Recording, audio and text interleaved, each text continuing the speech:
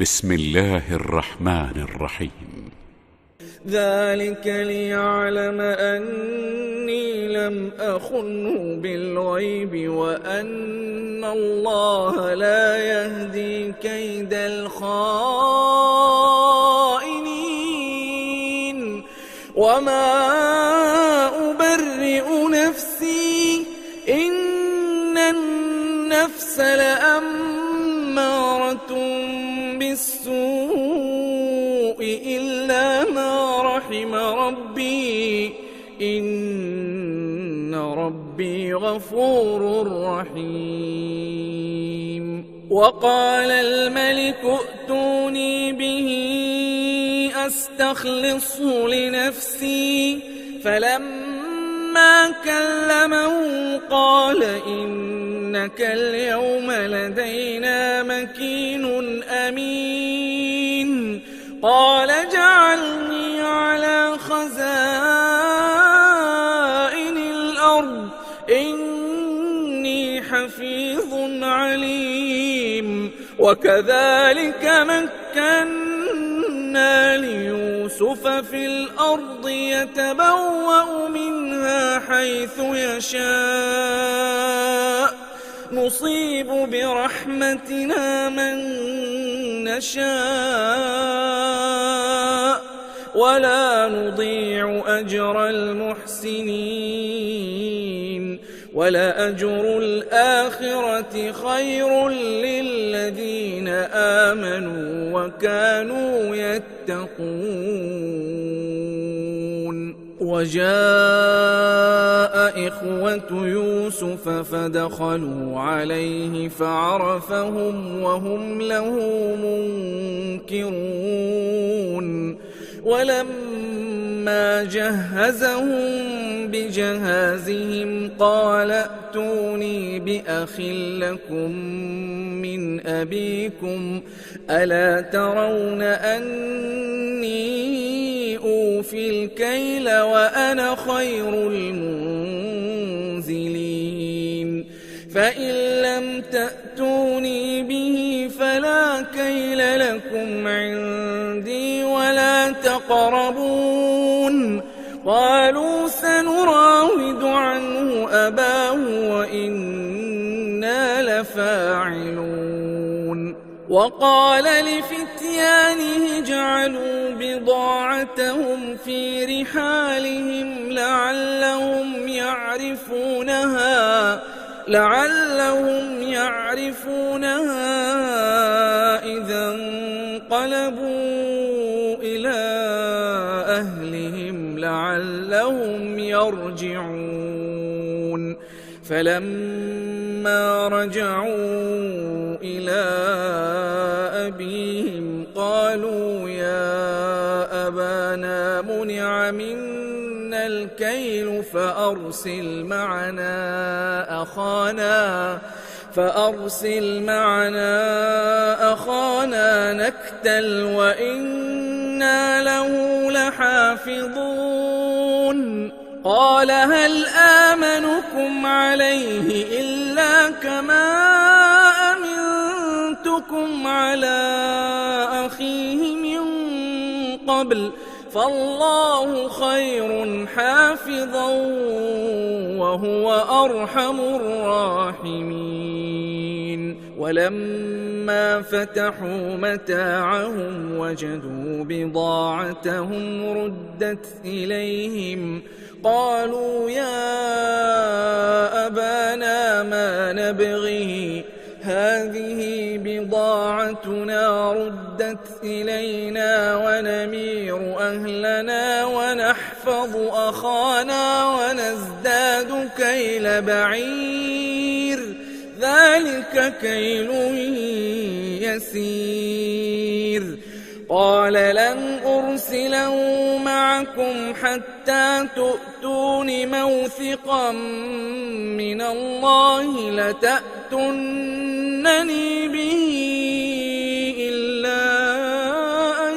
يحاط بكم. فلما آتوه موثقهم قال الله على ما نقول وكيل. وقال يا بني لا تدخلوا من باب واحد وادخلوا من أبواب متفرقة وما أغني عنكم من الله من شيء إن الحكم إلا لله عليه توكلت وعليه فليتوكل المتوكلون ولما دخلوا من حيث أمرهم أبوهم ما كان يغني عنهم من الله من شيء إلا حاجة في نفس يعقوب قضاها وإنه لذو علم لما علمناه ولكن أكثر الناس لا يعلمون ولما دخلوا على يوسف آوى إليه أخاه قال إني أنا أخوك فلا تبتئس بما كانوا يعملون فلما جهزهم بجهازهم جعل السقاية في رحل أخيه ثم أذن مؤذن أيتها العير إنكم لسارقون قالوا وأقبلوا عليهم ماذا تفقدون قالوا نفقد صواع الملك ولمن جاء به حمل بعير وأنا به زعيم قالوا تالله لقد علمتم ما جئنا لنفسد في الأرض وما كنا سارقين قالوا فما جزاؤه إن كنتم كاذبين قالوا جزاؤه من وجد في رحله فهو جزاؤه كذلك نجزي الظالمين فبدأ بأوعيتهم قبل وعاء أخيه ثم استخرجها من وعاء أخيه كذلك كدنا ليوسف ما كان ليأخذ أخاه في دين الملك إلا أن يشاء الله نرفع درجات من نشاء وفوق كل ذي علم عليم قالوا إن يسرق فقد سرق أخ له من قبل فأسرها يوسف في نفسه ولم يبدها لهم قال أنتم شر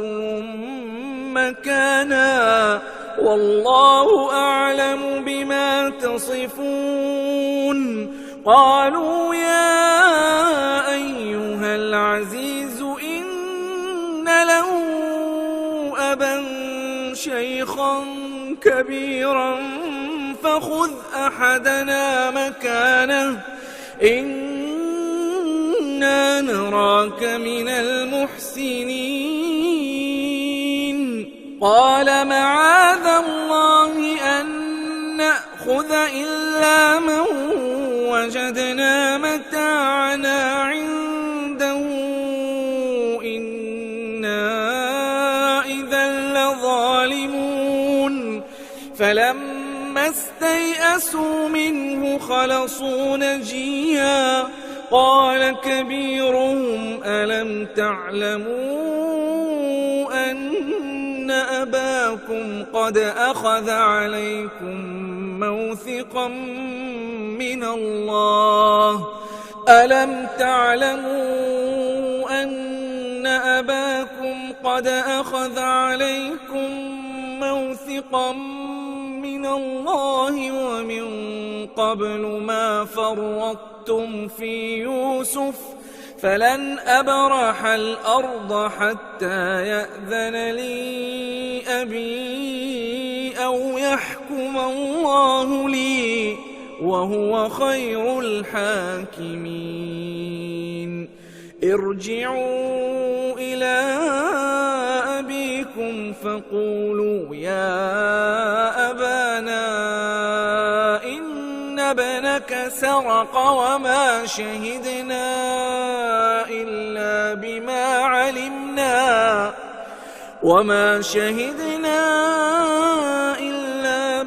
علمنا وما كنا للغيب حافظين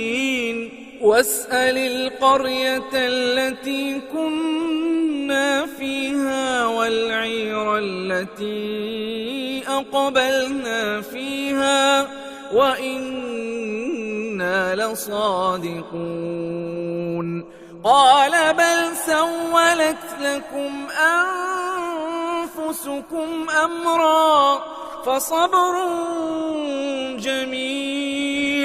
عسى الله أن يأتيني بهم جميعا إنه هو العليم الحكيم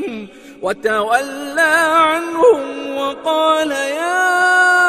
أسفا على يوسف وابيضت عيناه من الحزن فهو كظيم قالوا تالله تفتأ تذكر يوسف حتى تكون حرضا أو تكون من الهالكين قال إنما أشكو بثي وحزني إلى الله وأعلم من الله ما لا تعلمون يا بني يذهبوا فتحسسوا من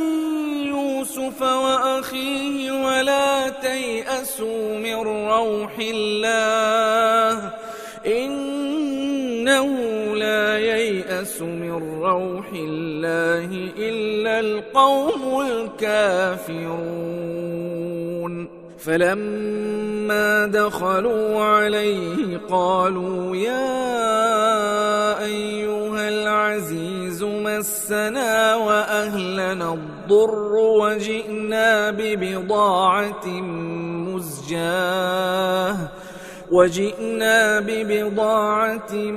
مزجاة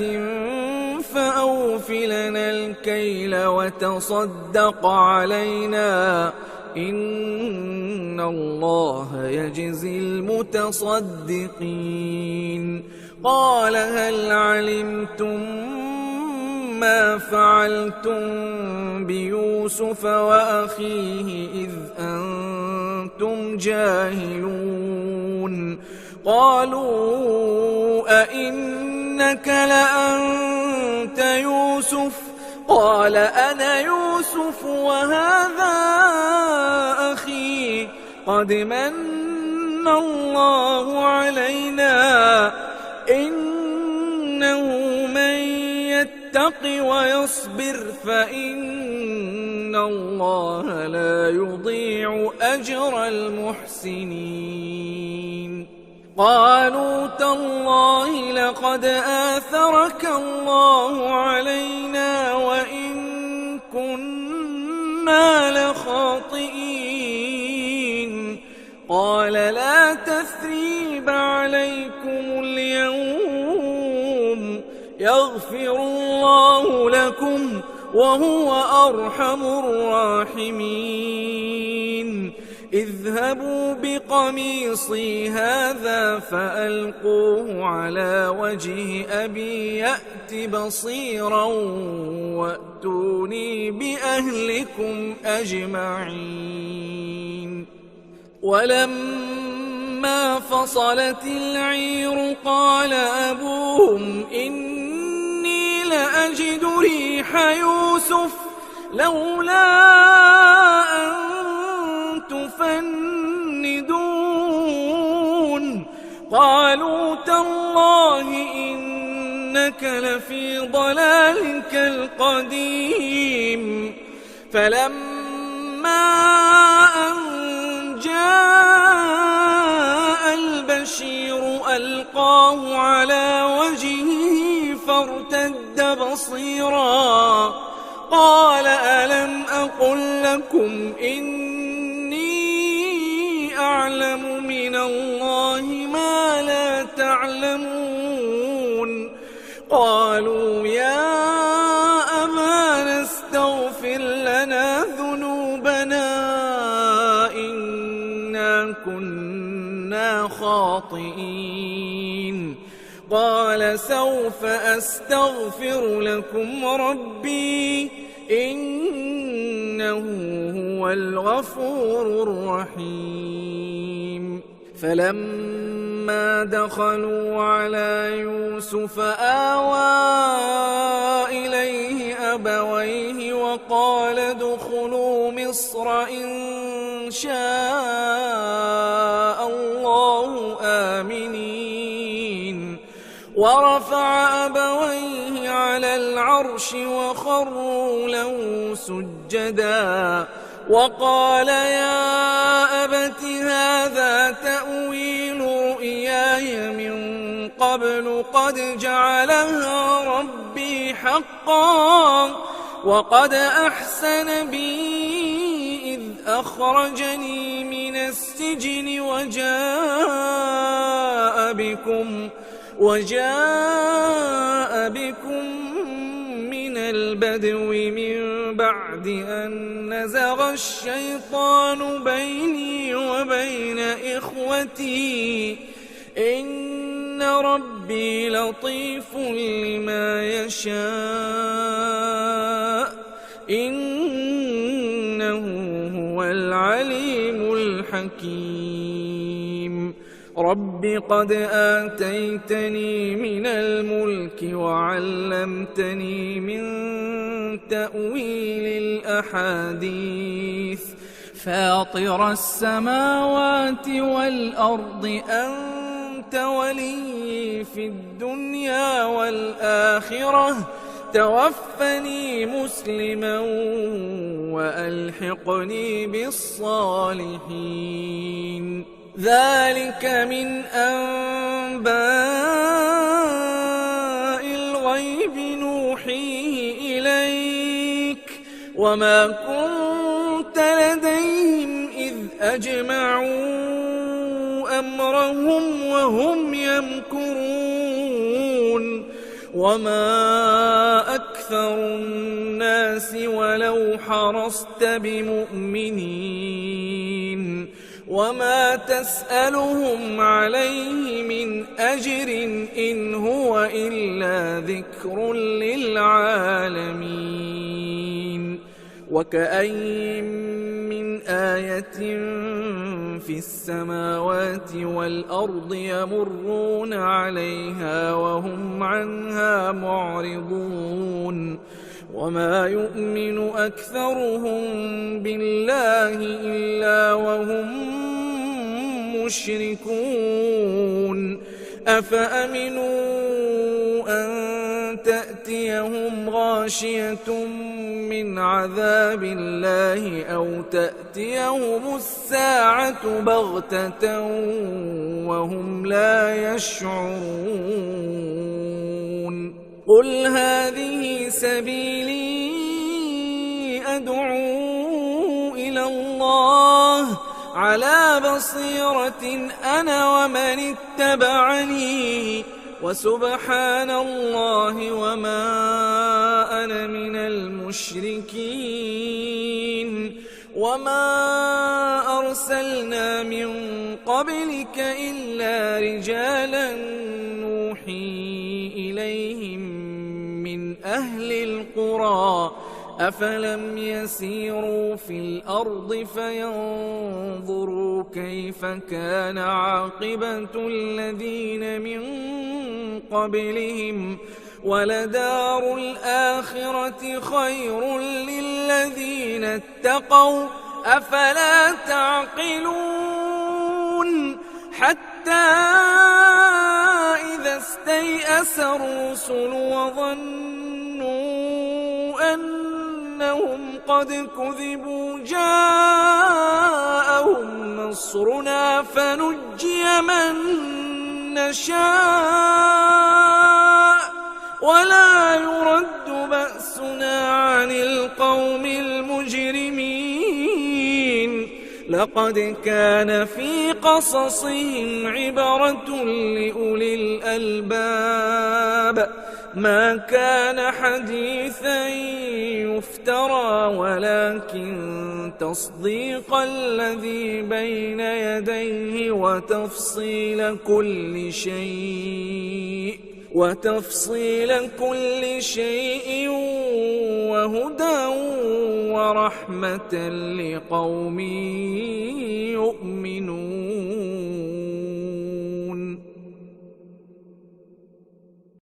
بسم الله الرحمن الرحيم. ألف لام ميم را تلك آيات الكتاب والذي أنزل إليك من ربك الحق ولكن أكثر الناس لا يؤمنون. الله الذي رفع السماوات بغير عمد ترونها ثم استوى على العرش وسخر الشمس والقمر كل يجري لأجل مسمى يدبر الأمر يفصل الآيات لعلكم بلقاء ربكم توقنون. وهو الذي مد الأرض وجعل فيها رواسي وأنهارا ومن كل الثمرات جعل فيها زوجين اثنين يغشي الليل النهار إن في ذلك لآيات لقوم يتفكرون. وفي الأرض قطع متجاورات وجنات من أعناب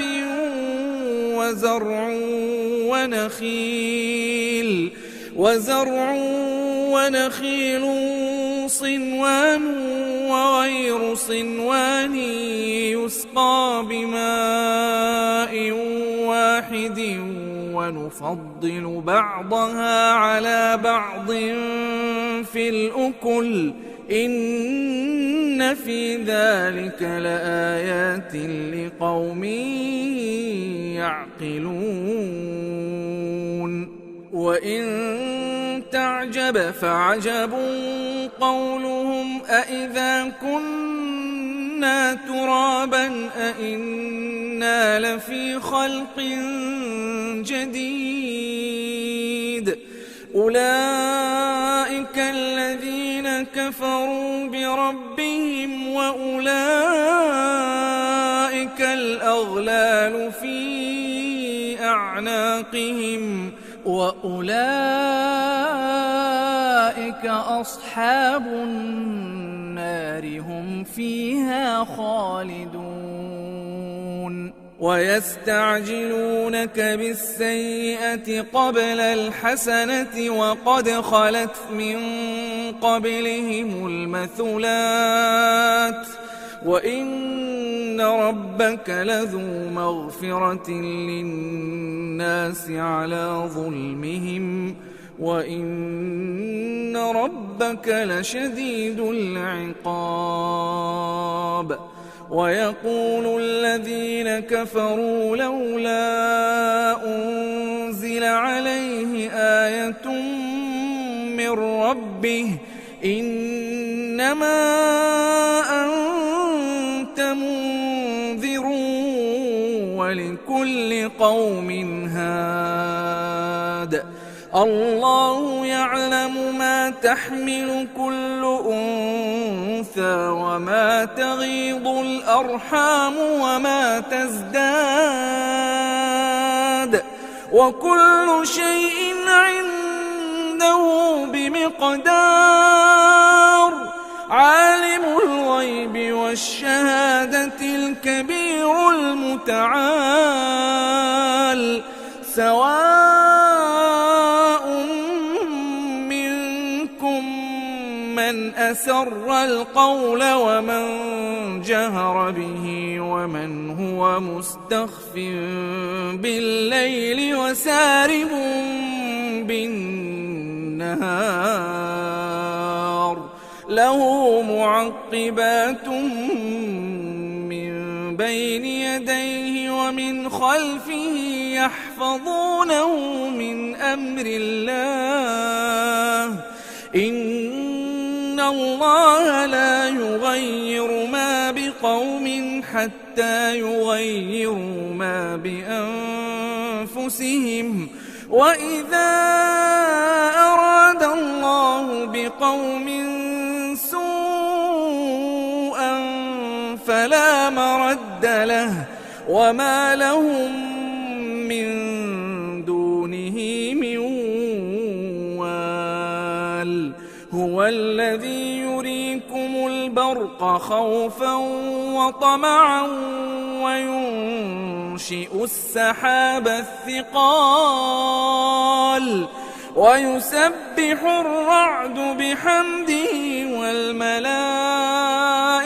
من خيفته ويرسل الصواعق فيصيب بها من يشاء وهم يجادلون في الله وهو شديد المحال له دعوة الحق والذين يدعون من دونه لا يستجيبون لهم بشيء إلا كباسط كفيه إلى الماء ليبلغ فاه وما هو ببالغه وما دعاء الكافرين إلا في ضلال ولله يسجد من في السماوات والأرض طوعا وكرها وظلالهم بالغدو والآصال قل من رب السماوات والأرض قل الله قل أفاتخذتم من دونه أولياء لا يملكون لأنفسهم نفعا ولا ضرا قل هل يستوي الأعمى والبصير أم هل تستوي الظلمات والنور أم جعلوا لله شركاء خلقوا كخلقه فتشابه الخلق عليهم قل الله خالق كل شيء وهو الواحد القهار أنزل من السماء ماء فسالت أودية بقدرها فاحتمل السيل زبدا رابيا ومما يوقدون عليه في النار ابتغاء حلية أو متاع زبد مثله كذلك يضرب الله الحق والباطل فأما الزبد فيذهب جفاء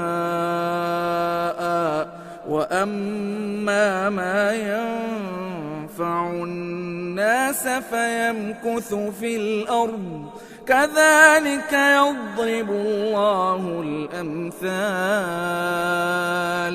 للذين استجابوا لربهم الحسنى والذين لم يستجيبوا له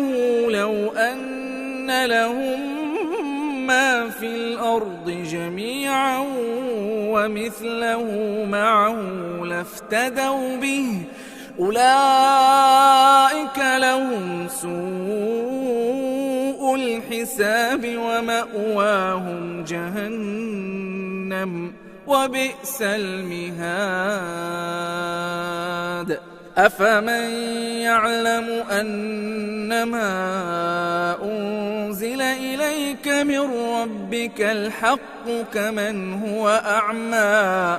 إنما يتذكر أولو الألباب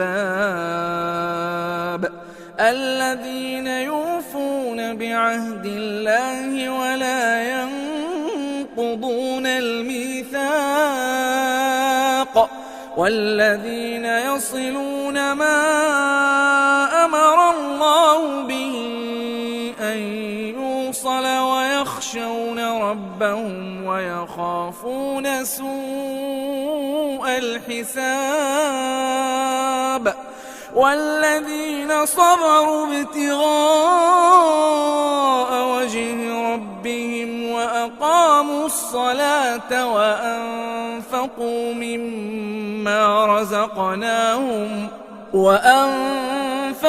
مما رزقناهم سرا وعلانية ويدرؤون بالحسنة السيئة أولئك لهم عقبى الدار جنات عدن يدخلونها ومن صلح من آبائهم وأزواجهم وذرياتهم والملائكة يدخلون عليهم من كل باب سلام عليكم بما صبرتم فنعم عقبى الدار والذين ينقضون عهد الله من بعد ميثاقه ويقطعون ما أمر الله به أن يوصل ويفسدون في الأرض أولئك لهم اللعنة ولهم سوء الدار الله يبسط الرزق لمن يشاء ويقدر وفرحوا بالحياة الدنيا وما الحياة الدنيا في الآخرة إلا متاع ويقول الذين كفروا لولا أنزل عليه آية من ربه قل إن الله يضل من يشاء ويهدي إليه من أناب الذين آمنوا وتطمئن قلوبهم بذكر الله ألا بذكر الله تطمئن القلوب الذين آمنوا وعملوا الصالحات طوبى لهم وحسن مآب كذلك أرسلناك في أمة قد خلت من قبلها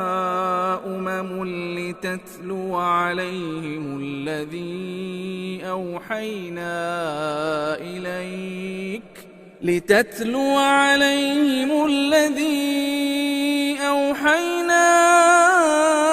إليك وهم يكفرون بالرحمن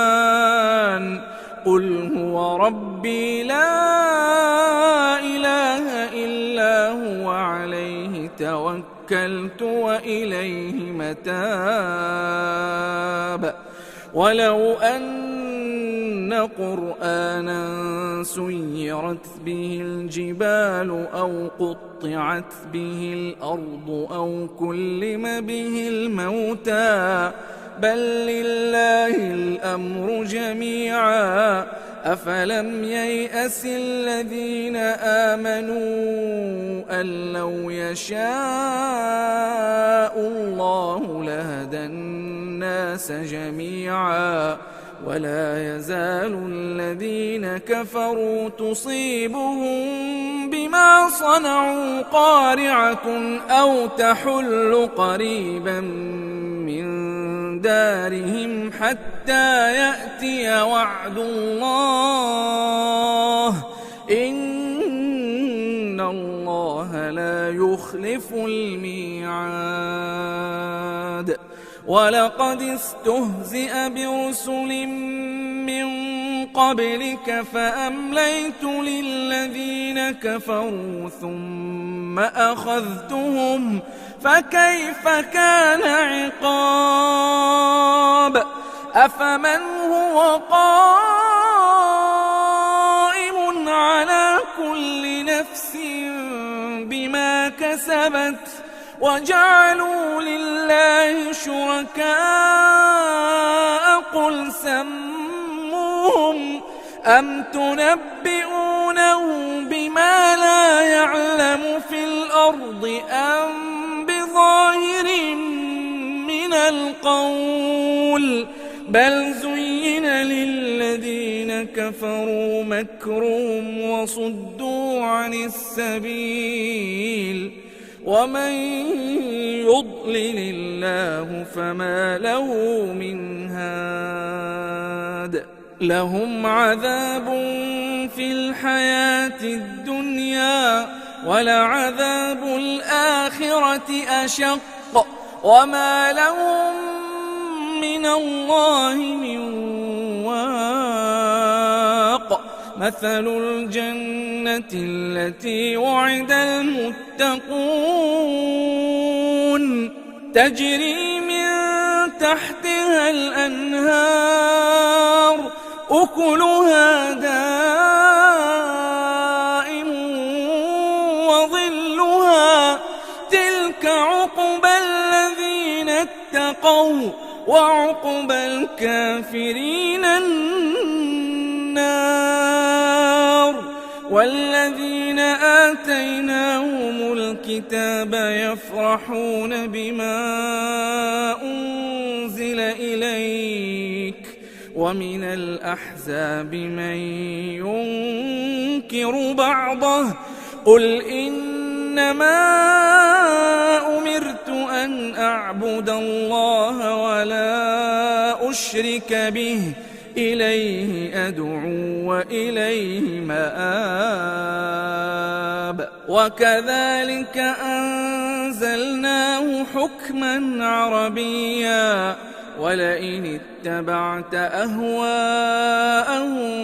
بعدما جاءك من العلم ما لك من الله من ولي ولا واق ولقد أرسلنا رسلا من قبلك وجعلنا لهم أزواجا وذرية وما كان لرسول أن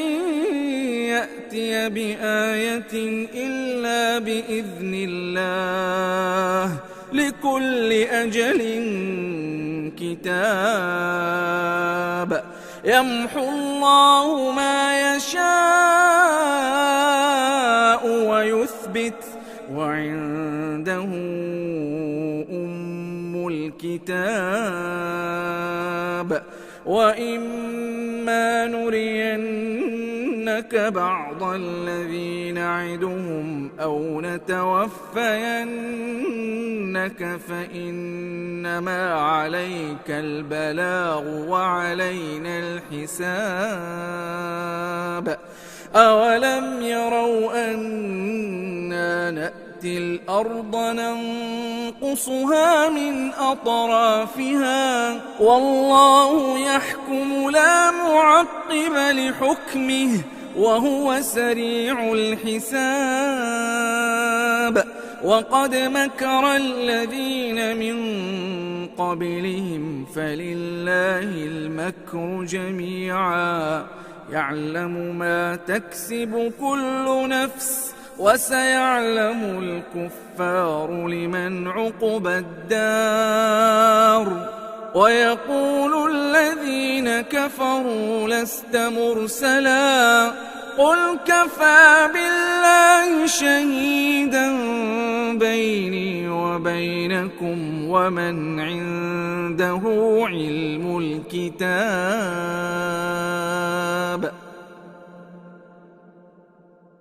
بسم الله الرحمن الرحيم. ألف لام را كتاب أنزلناه إليك لتخرج الناس من الظلمات إلى النور بإذن ربهم إلى صراط العزيز الحميد الله الذي له ما في السماوات وما في الأرض وويل للكافرين من عذاب شديد الذين يستحبون الحياة الدنيا على الآخرة ويصدون عن سبيل الله ويبغونها عوجا أولئك في ضلال بعيد وما أرسلنا من رسول إلا بلسان قومه ليبين لهم فيضل الله من يشاء ويهدي من يشاء وهو العزيز الحكيم ولقد أرسلنا موسى بآياتنا أن أخرج قومك من الظلمات إلى النور وذكرهم بأيام الله إن في ذلك لآيات لكل صبار شكور وإذ قال موسى لقومه اذكروا نعمة الله عليكم إذ أنجاكم من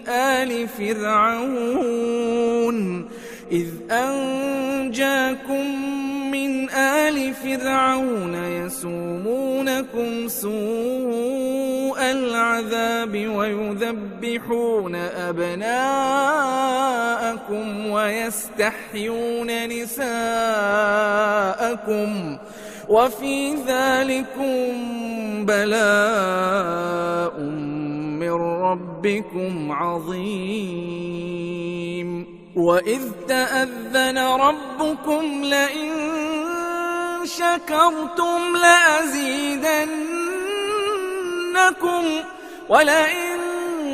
كفرتم إن عذابي لشديد وقال موسى إن تكفروا أنتم ومن في الأرض جميعا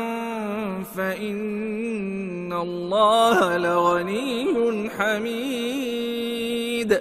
ألم يأتكم نبأ الذين من قبلكم قوم نوح وعاد وثمود والذين من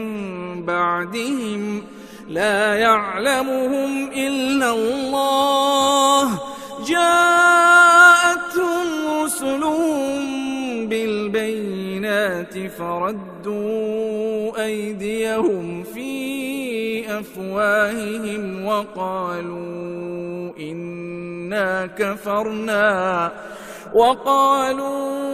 إنا كفرنا بما أرسلتم به وإنا لفي شك مما تدعوننا إليه مريب. قالت رسلهم أفي الله شك فاطر السماوات والأرض يدعوكم ليغفر لكم من ذنوبكم ويؤخركم إلى أجل مسمى. قالوا إن أنتم إلا بشر مثلنا تريدون أن تصدونا عما كان يعبد آباؤنا فأتونا بسلطان مبين. قالت لهم رسلهم إن نحن إلا بشر مثلكم ولكن الله يمن على من يشاء من عباده وما كان لنا أن نأتيكم بسلطان إلا بإذن الله وعلى الله فليتوكل المؤمنون. وما لنا ألا نتوكل على الله وقد هدانا سبلنا ولنصبرن على ما آذيتمونا وعلى الله فليتوكل المتوكلون. وقال الذين كفروا لرسلهم لنخرجنكم من أرضنا أو لتعودن في ملتنا فأوحى إليهم ربهم لنهلكن الظالمين ولنسكننكم الأرض من بعدهم ذلك لمن خاف مقامي وخاف وعيد. واستفتحوا وخاب كل جبار عنيد من ورائه جهنم ويسقى من ماء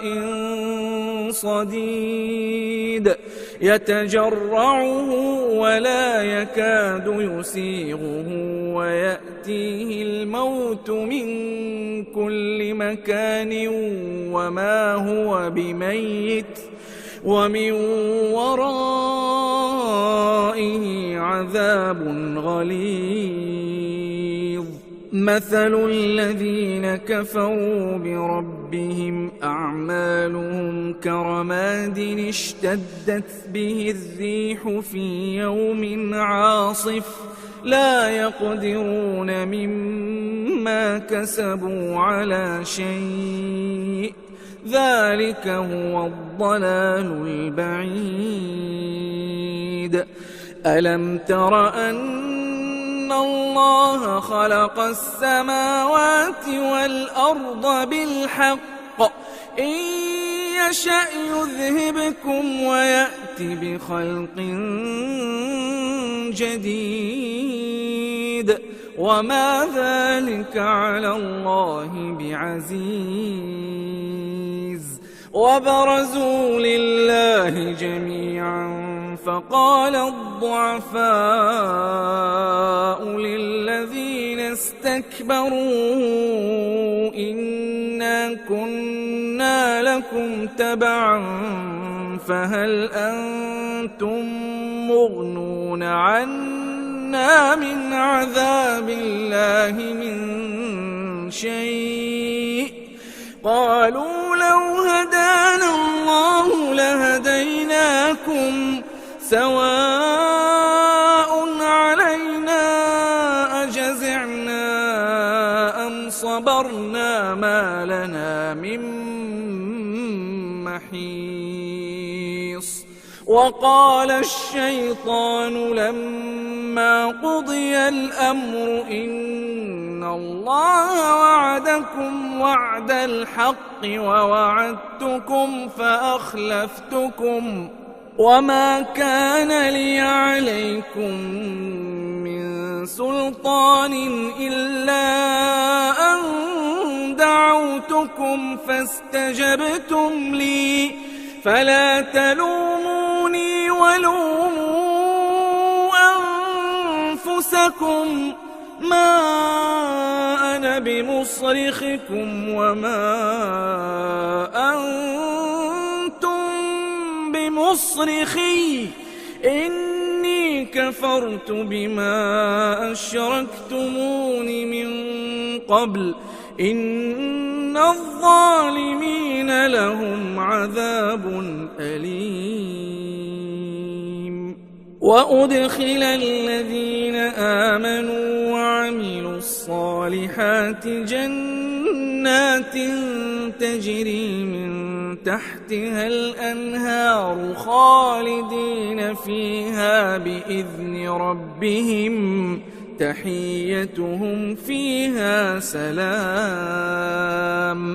ألم تر كيف ضرب الله مثلا كلمة طيبة كشجرة طيبة أصلها ثابت وفرعها في السماء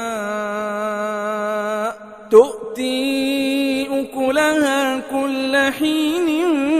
بإذن ربها ويضرب الله الأمثال للناس لعلهم يتذكرون. ومثل كلمة خبيثة كشجرة خبيثة اجتثت من فوق الأرض ما لها من قرار. يثبت الله الذين آمنوا بالقول الثابت في الحياة الدنيا وفي الآخرة ويضل الله الظالمين ويفعل الله ما يشاء. ألم تر إلى الذين بدلوا نعمة الله كفرا وأحلوا قومهم دار البوار جهنم يصلونها وبئس القرار. وجعلوا لله أندادا ليضلوا عن سبيله قل تمتعوا فإن مصيركم إلى النار. قل لعبادي الذين آمنوا يقيموا الصلاة وينفقوا مما رزقناهم سرا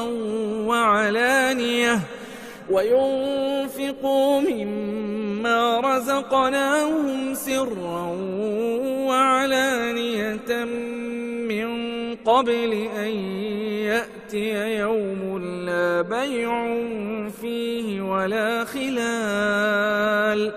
الله الذي خلق السماوات والأرض وأنزل من السماء ماء فأخرج به من الثمرات رزقا لكم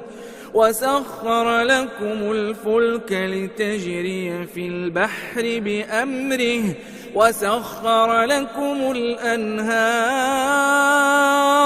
وسخر لكم الشمس والقمر دائبين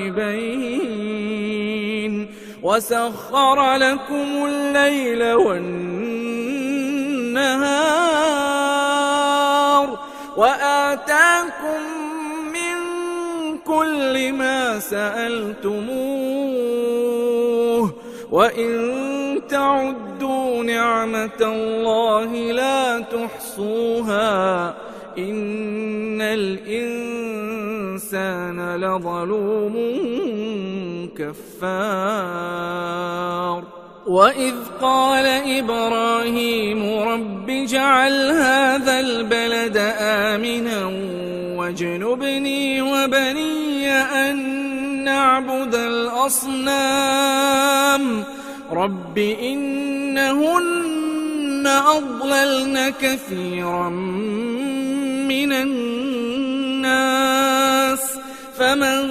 تبعني فإنه مني ومن عصاني فإنك غفور رحيم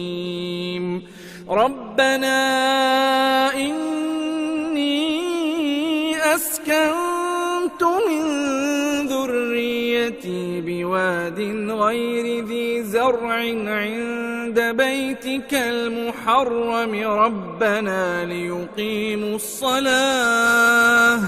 ربنا ليقيموا الصلاة فاجعل أفئدة من الناس تهوي إليهم وارزقهم من الثمرات لعلهم يشكرون ربنا إنك تعلم ما نخفي وما نعلن وما يخفى على الله من شيء في الأرض ولا في السماء الحمد لله الذي وهب لي على الكبر إسماعيل وإسحاق إن ربي لسميع الدعاء رب اجعلني مقيم الصلاة ومن ذريتي ربنا وتقبل دعاء ربنا اغفر لي ولوالدي وللمؤمنين يوم يقوم الحساب ولا تحسبن الله غافلا عما يعمل الظالمون إنما يؤخرهم ليوم تشخص فيه الأبصار مهطعين مقنعي رؤوسهم لا يرتد إليهم طرفهم وأفئدتهم هواء وأنذر الناس يوم يأتيهم العذاب فيقول الذين ظلموا ربنا أخرنا إلى أجل قريب نجب دعوتك ونتبع الرسل أولم تكونوا أقسمتم من